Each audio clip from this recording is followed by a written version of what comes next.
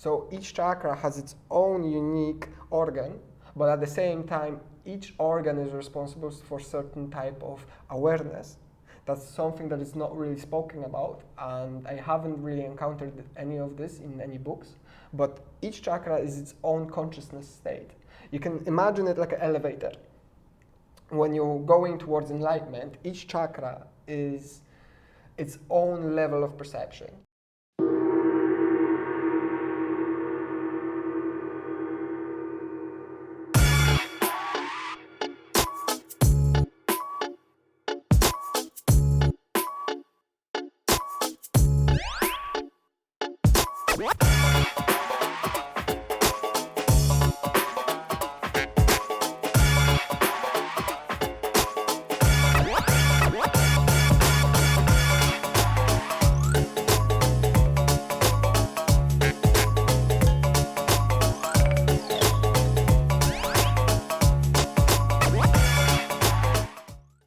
Welcome to this new episode, and today I am here with Mikolaj. How are you?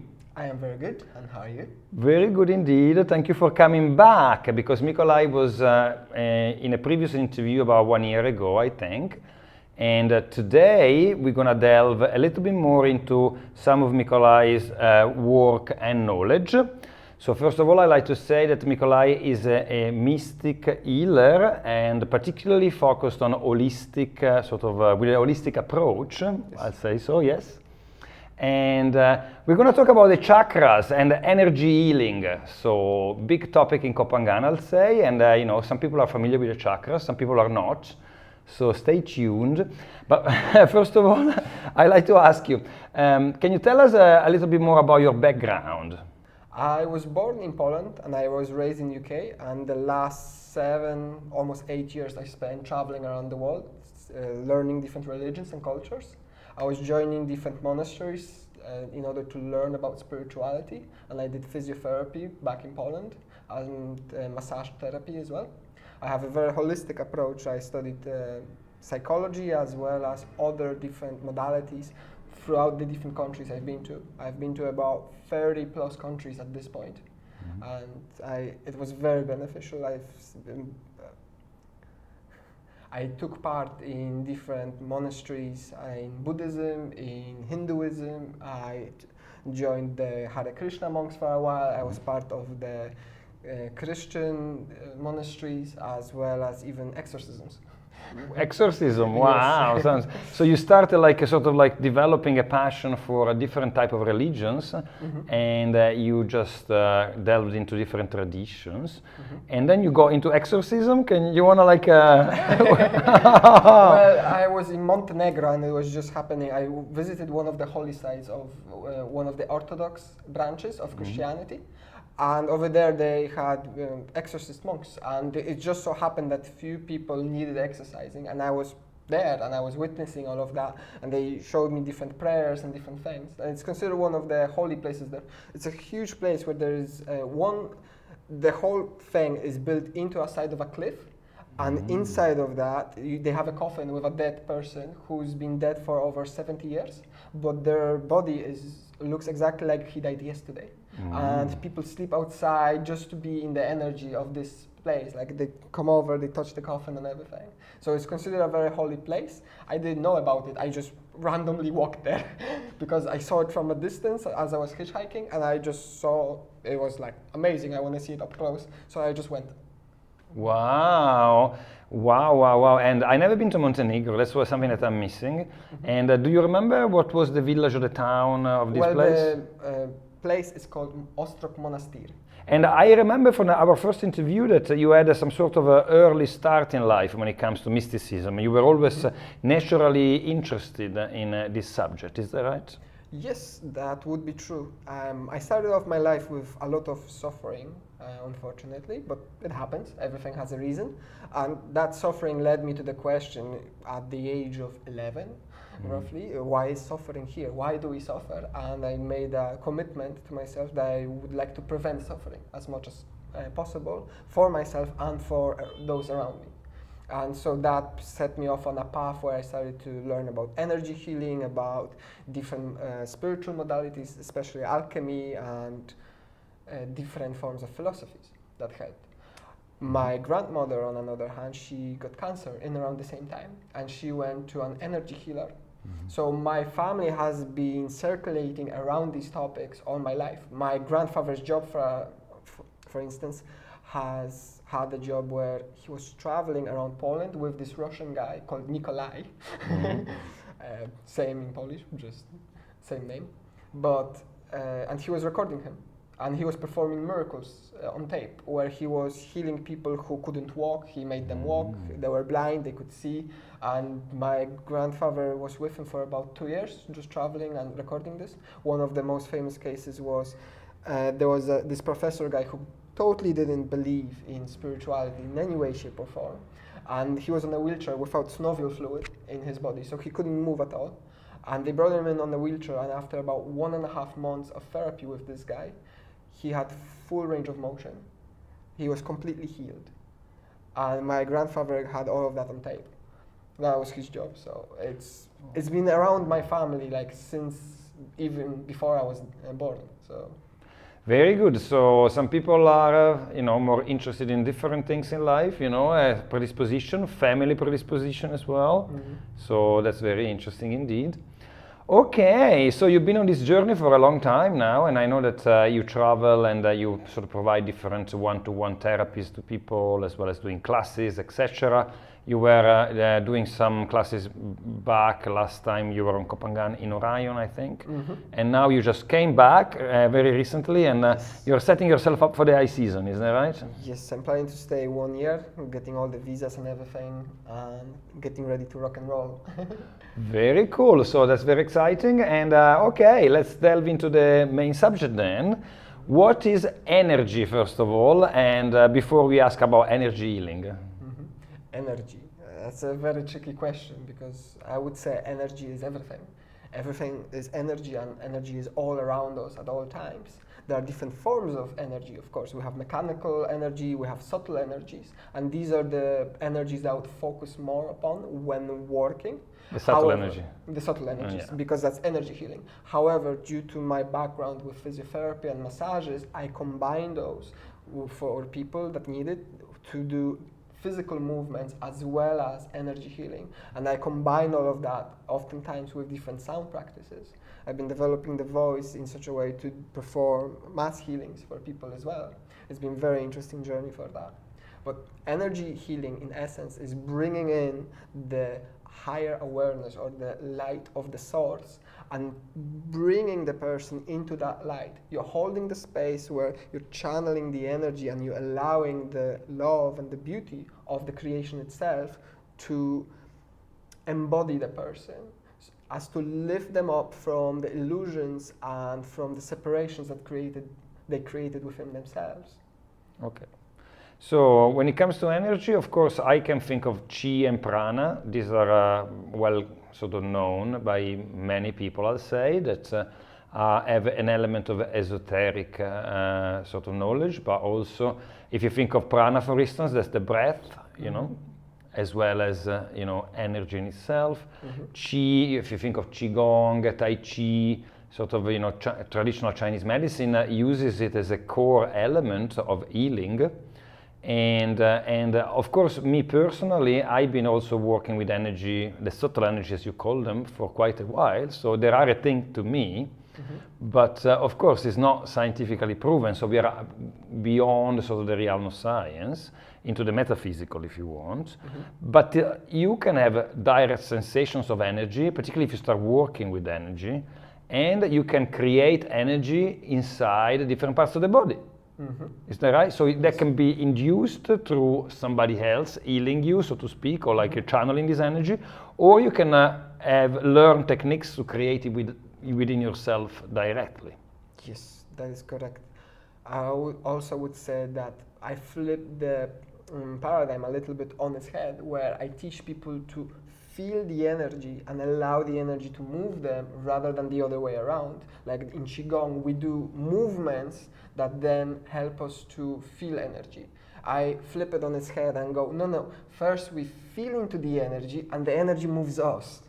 And through that, because we're working with higher energy, it expands our consciousness as a result. It shows us ways of working with it, with itself, in a different way, in a higher way or a more expanded way, a way that we ourselves cannot conceive because of our limited intellect, for example. But because we're working with the source, it has infinite knowledge, so it knows much better which way the energy needs to flow and how we need to direct it so that it brings about the intended result. Chakras are again part of the more esoteric realm of knowledge, but they are very practical to me because I've been also working with chakras for a long time. But what is your view of chakra? How can you explain what chakras are? In my view, chakras are energy systems, but since everything I take is in a holistic perspective, for me they're actual organs within the physical body as well. And there are the hormonal systems within the body, like in the androgen system, or the kidneys, just over the kidneys. I forgot the word. Adrenals, yeah. Adrenals, yes. Adrenals and pineal gland and so on and so forth. We have the thyroid gland, for example. All of these glands, I connect them with the 7 chakras. So roughly on each level where we have the chakra, we have a physical organ, a gland that is responsible for hormone production. And what hormones do is they tell the body how to function. So, and paradoxically, when we're looking at the Hinduism, for example, the way they stimulate the chakras is actually the way it stimulates that particular gland. So, for the throat chakra, you sing. Well, that creates a vibration, which then stimulates the thyroid gland, just to give an example. So each chakra has its own unique organ, but at the same time, each organ is responsible for certain type of awareness.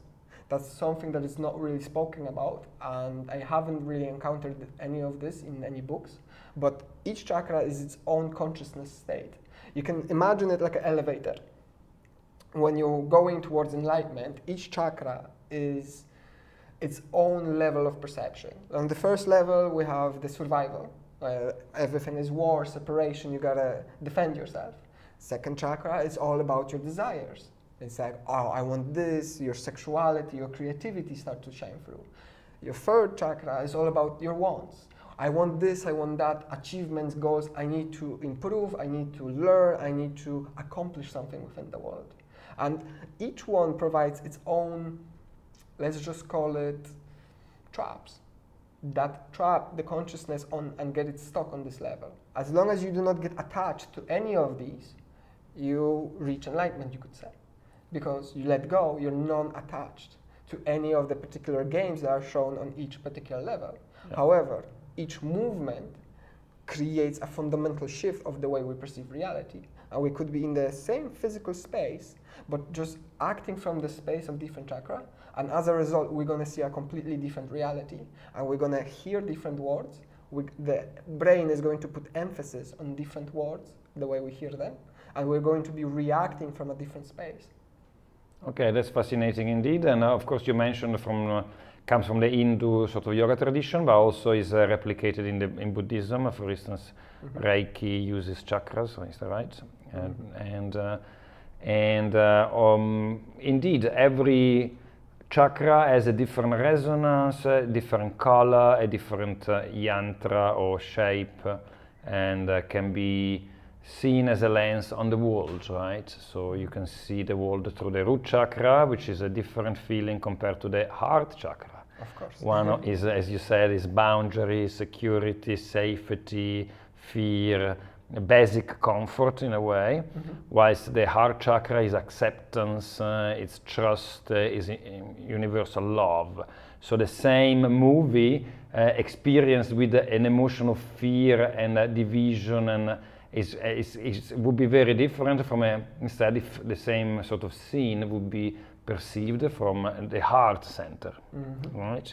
So once we have this knowledge intellectually, I mean, then we can also start applying this knowledge and embody the knowledge, right? So actually start feeling this more directly, is that right? Of course, that's the fundamental basis upon which I work. Unless you are applying this in your daily life, it's useless. It's actually going to be clashing with you because you're going to read, oh, but on the highest level of knowledge is you should let go of everything.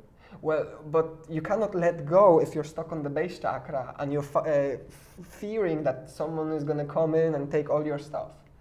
You're not resonating on the level of the crown chakra. On the level of the crown chakra, yes, you let go. You let go of all the desires, you let go of all the material stuff, but you need to reach that point as a consciousness. So you could say it's like sort of your spiritual maturity that you reach, and you can reach it through, for example, alchemical processes that I teach, or through the energy healing, by working with the energy and allowing the energy to guide you through the processes that expand your awareness and as a result move you through the chakras. Until you let go of the particular challenge of each chakra, you're going to be stuck on that energy. And you can move up and down, regardless of how long you've been around, and regardless of which highest point you've reached. You can always fall down if you just succumb to fear or go into your desires once again. You're going to get yourself stuck back into the lower chakras. And so when you're doing your energy healing, do you tend to focus on any specific chakra, or is like you just work on all of them, or how do you actually go about? Because every individual that's going to be in front of you will have maybe different challenges. Yes, that is true. So very well said. Each person is an individual, and so each person has their own problems that they're going to be working with, their own challenges that they're facing, and so the approach is very individualistic. I focus in on the energy and I allow the energy to work through me, and then based upon what the energy reveals onto me, we work with that stuff. Okay. But the main premise is the energy is guiding. I can see things. I can tell the person, okay, you're struggling here, here, here. These are the things that I would recommend. But I always do it from the point of redirecting the attention upon what we want rather than what is wrong. Because the moment we start focusing on what is wrong with the person, that is the moment you're feeding that and you're strengthening that idea. Because where you put your attention, that's where the energy starts flowing. So you always want to point the person's attention towards their highest good, towards their highest benefit, rather than upon what is wrong. Yes, because I think of modern psychology, particularly the trauma kind of led psychology, because of course Jung is different. Mm-hmm. They always focus on the story of trauma, the story of trauma, the story of trauma, and then rather than just like moving on with it, people even identify even more with their trauma sometimes. Yes, they go deeper and deeper. They go deeper and deeper, and it's like it's the same resonance, you know, of, and then you can become a victim, and you're stuck in a hole, so to speak, right? Mm-hmm. Whilst you want to just move forward, of course, understand, you know, where you're coming from, what are the challenges that you had, etc. But then just move forward, move higher in the chakra system. Right?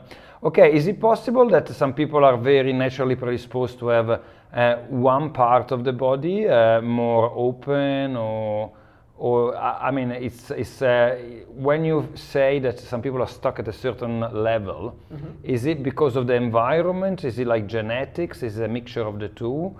Are people more predisposed, for instance, to be feeling from the heart than others, or to be more concerned with material survival than others? I would say we all begin at the same level because we all begin with the base chakra. And depending upon how we then proceed with during our childhood, during our teenage times, and so on and so forth, that will then, as we develop our personality, our physical body, that is a reflection of our awareness state. So our mind and our body is a direct reflection of how we stand and where we are. Okay. In regards to whether a particular person could have more proclivity towards being more heart-centered or more base chakra-centered, I haven't seen that. I've seen that there is more trend that people are trying to go as high as possible, and I've seen that there is this tendency to downgrade the importance of the lower chakras, which is very dangerous in my opinion, because if we could all become enlightened by just focusing on our crown, we would all be enlightened. But that is not the case. And we have many people who do meditations for many, many years without any results.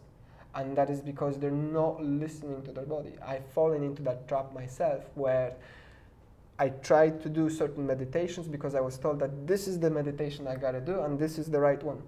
But it is the right meditation, but it isn't at the right time. Because I wasn't ready for the meditation I was given. I had to start with certain basics, and once I covered the fundamentals, once I had the basics, then I had amazing results with that meditation. It's just I had to come back to it about a year later when I learned certain things. You're saying like a lift, you know, you need the different levels of the lift. You cannot Yes. skip the ground, right? You can see, the way I see it when I'm working with a person is like an interconnected 3D web. And so there are points from the top to the very bottom.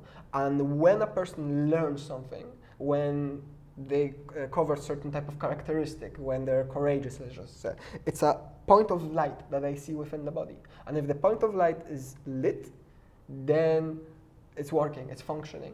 If it's dark, it means they're either blocked on it or they haven't learned it yet. They haven't had the experience that allowed them to realize it. And so the whole idea is to have as many of these points active, and that creates like these highways of consciousness is what I call them.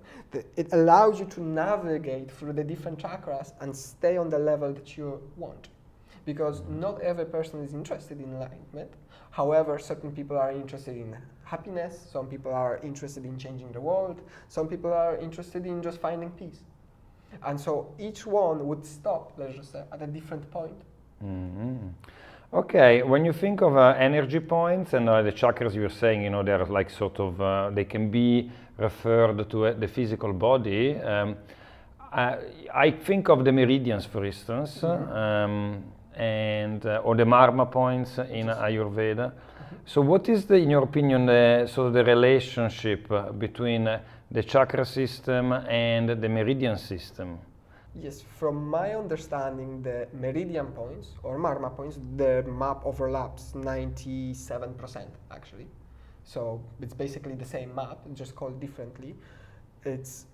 They represent what I would call the lesser chakras, because we can divide the body into as many parts as we want, and we can dissect it into millions of parts. We can treat each individual cell as a chakra of its own. It's its own energy center after all. It's working on its own, and when it dies, it gets replaced by another one. But so depending on how we want to dissect the body, we can either work with 7 chakras, with 13 chakras, with 1,444 chakras. Yes. That's also a system that exists. So it all depends how complex we want to go with it. And so meridians are just chakras within the body. I call them the lesser chakras, not because they're less important, it's just because they are outside of the 7 chakra system that I personally use. Yeah. But I do talk about them in my teachings. Yes, like when I learned about the chakras, they were talking about major chakras and minor chakras. Mm-hmm. For instance, there was Manipura, that is in the center of the navel. And then to the left and to the right, you had 2 other sort of minor chakras related to Manipura. I don't remember the names now, but one was more on the yin side, one was on the right, on the yang side, for instance. And through some yoga exercise, we would not just energize the main Manipura chakra, but also energize Manipura through stimulating the left side, so the chakras to the left and the ones to the right too, you know. Mm-hmm. So that's it makes sense similar when you look at it from the perception that it's physical organs, because we have the adrenal glands there. One is on the left side, the other is on the right side. Mm-hmm. So then you'd be dividing it into 2 like that. Yeah, it's true, and it is fascinating, and it's this kind of knowledge that I think many people have in common language. You know, we talk about energy, we talk about power, we talk about I feel high energy, I'm low energy today, you know, and it's in the common language, everybody uses it. But then if you look at, of course, more from a physical perspective, there are only 3 or 4 types of energies that are recognized in the body. Mm-hmm. And these subtle energies are part of this esoteric knowledge, but they're very, very useful. Of course, you use them for healing, but also I use them, you know, just to experience the world in a different way. Yes. And if you start studying them, they make so much sense as well, you know. Everything that I learned about the chakras made a lot of logical sense, and I could sort of interpret it or live it through the body directly, so embodying it and feeling it directly in the body. So you have this intellectual knowledge that makes sense from a logical perspective, then you try different exercises and you can feel this knowledge translated into your body actually as a direct experience. So for me, that's knowledge. That's proof enough that we are onto something here at least, right? Yes, exactly. By having actual experiences that are tangible, so there is a physical reaction to it. For me, it's a proof enough that there is something more to that. And I've seen countless amount of cases in my life where my students have undergone different meditations or energy work sessions where it put them in a completely altered state of consciousness that they would compare to taking psychedelics, for example. Some of them have, so they had the experience, so they were able to talk about it. And so by being able to cultivate these energies, we can drastically change our perception, our awareness, even the way we interact with the reality can be completely changed by just tweaking a little bit our perception and our energy. Very good. And I know that you do some energy healing, which looks a little bit like Reiki, because I received a session from you last time. And you do different kind of classes or different kind of sessions. But is it mostly like based around Reiki, the way you channel it these days, or? It can be done in 3 different ways. I can do it either through the normal touch version of the Reiki style. I do it through the alchemical processes where I put most of my attention through because it gives greater reaction within the physical in a faster way. So it moves things for the individual in a more physical way when I do it through the alchemical processes. And then lastly, I do it through the voice. And for the voice, it's more geared towards when I work with masses rather than individual, but that at the same time gives exactly the same result as if I was working with each person individually, because each person receives exactly that which they need to receive. Okay, so you say masters, you mean group classes, right? Because Yes. you've done, what was the biggest class you've done in terms of Numbers? Yeah.